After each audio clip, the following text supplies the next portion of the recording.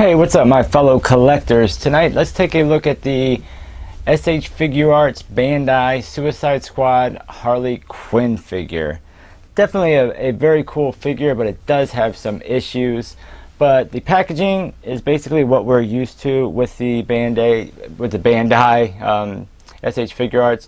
Really nice. I like this kind of small packaging, but you get a big open window there. It says Harley Quinn. Top of it says Harley Quinn. You get a shot of the figure on the side. Back you got the promotion pictures, a bunch of unreadables. The other side you get Harley Quinn. Top you get Harley Quinn. Bottom you get Harley Quinn. So I mean it's basically the standard packaging that we've been seeing. Very bright, very Harley Quinn like, with the colors and everything. You do get some accessories. Goes over swapping out the heads, the gun holster, the hands, the bat, the gun. But yeah, let's take a look at the figure itself. Now, I do like this figure. It does have its issues. It's probably, one of the best, 1/12 6-inch scale figures that we do have of the Suicide Squad Harley Quinn. I don't know about the Mafex one. I don't know how much better that one is compared to this one. I haven't got that one yet. But yeah, I mean, you do get nice accessories. You get 3 different head sculpts with this Harley Quinn. The first one you get is this one, which looks, I think, the best out of them. Really nice paint.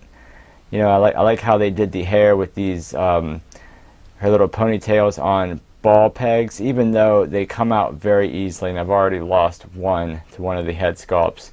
But it is cool that you do get, movement, but they just pop out so easily. It's just on that little ball there.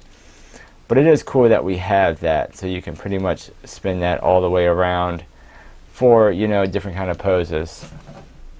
The other head that she does come with is this one, which is more kind of like serious looking. I don't know, it doesn't look very much like, the actress at all. You get this one, which is a little bit better. It's just kind of like a smile. This is the one that I'm missing, the one ponytail. But again, I mean, overall, it's not bad because you do get 3 different head sculpts. They all 3 look, decent, not too bad. You do get her bat, which, is okay. You get a little bit of, color difference in there. You get nice, clean, good night. Get the little deco going around there. And you do get a sculpted handle. This does come apart right here, but mine broke already, so I had to glue that back. But normally this does come apart right there with a little peg, just to make it easier getting it into her little small hands, which are a pain in the ass to swap out on this figure. Now she does come with 7 different hands.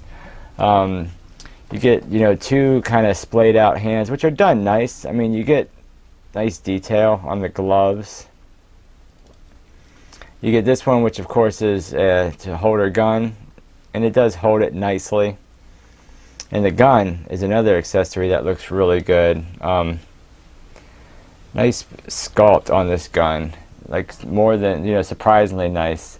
But you get really nice sculpt, and you even get some nice gold paint in here. And you can even kind of legibly make out the word love right there. And the other side, again, really nice sculpt, nice paint. And then of course you get 2 hands for kind of gripping the bat. Let me back this up a little bit. 2 hands for gripping the bat. You get kind of 2, come on, stand up, Harley. You get 2 kind of, more relaxed hands, more or less for kind of like resting her hands on top of the bat. You get 2 of those, 1 glove, 1 without glove, and then here's the other kind of sprawled out hand without the glove. And taking a closer look at the figure itself, we've already looked at the head sculpts. They did a great job with the head sculpts of these figures, really good. You get the nice articulation in with the ponytails. And as far as swapping out the head, it's easy. They come off and swap off easily. It's just kind of like a little bit of a mushroom peg right here, but you do get articulation in the neck, and you do get a hinge, but it doesn't really give you a lot of range of motion. pop this other head on there. But I mean, you do get, you know, full rotation. You get nice side to side pivot. You don't really get much up, and you don't really get much down. That's a little bit disappointing. Oh, her head just popped off. Let me put this one on. As far as the jacket, they did a really good job with the jacket. I love the paint. I love the sculpt. You know, I love all the wrinkles. They did a really good job with all these gold pieces here. The back is nice. You know, it's legible. Really nice job with, you know, for the most part hiding, you know, some of the ugly articulation joints that pop out at you. This is kind of like a soft, floaty piece. You know, her jacket and the arms are kind of just like, you know, sculpted. You do get a holster for her gun, which is nice in here, and it doesn't, like, you know, bulge out, so it does look good. You get nice paint on her shirt. You know, you get Dad's little monster. You get her little kind of rips and, you know, tears in the shirt, but it's not really, you know, too crazy detailed or anything like that. The shorts look good. Again, you get nice sculpting. The belt looks good. You get nice clean paint all throughout it. The legs, I think, are done really, really well. You get sculpted, you know, kind of lines for the nylon, and they kind of put this like black wash over it to bring them out. And they came out really, really nice on the figure. And even the kneecaps, you know, look decent on the figure. You do get her tattoos in there. So that was really, really cool. Her boots look good. You know, nice sculpt. Pretty clean paint for the most part on her boots. You know, the back of her legs look a little bit on the ugly side. The cool thing with this is you do get articulation to kind of bring her ass out. Make it look really like kind of bubbly. If you go too far, you know, it begins to get a big gap, but I mean, you can get her ass out quite a bit.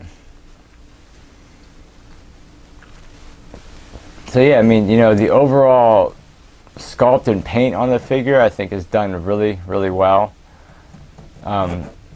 She doesn't stand very well, but she stands surprisingly good, you know, for having her heels on and everything like that. Now, as far as the rest of her articulation, you saw the head. She does kind of have like a butterfly forward and back in the shoulder, and it does hinge up, and you can bring it down, and it even goes further out. So, you know, that's nice range with the arms. Of course, that will go all the way around.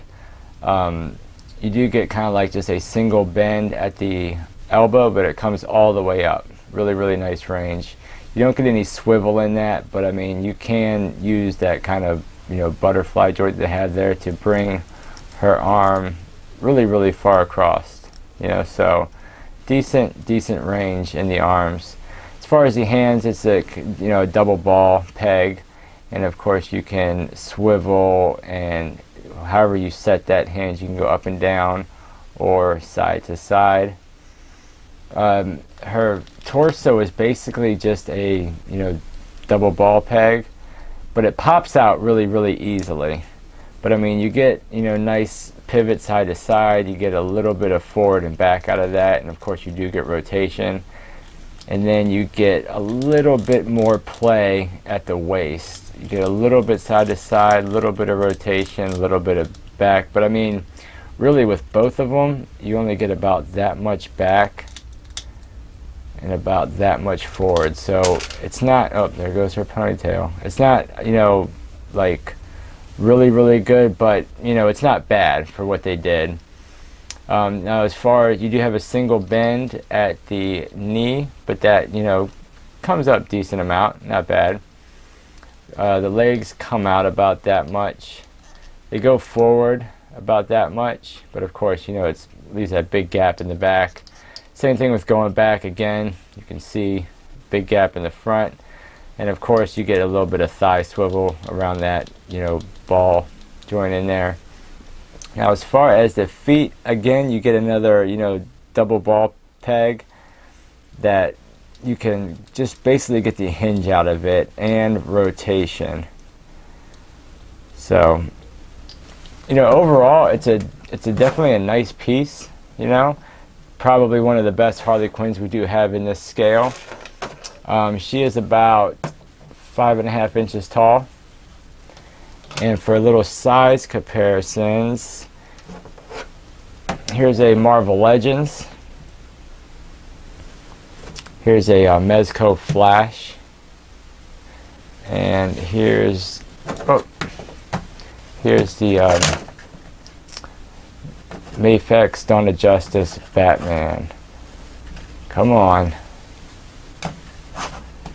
So, I mean, it gives you a little bit of size comparison as far as what she will look like on the shelf. Again, it's a nice figure. You know, overall, I think they did a good job with it. Like I said, I haven't seen the Mafex version of this Harley Quinn yet. But, yeah, that's it, guys.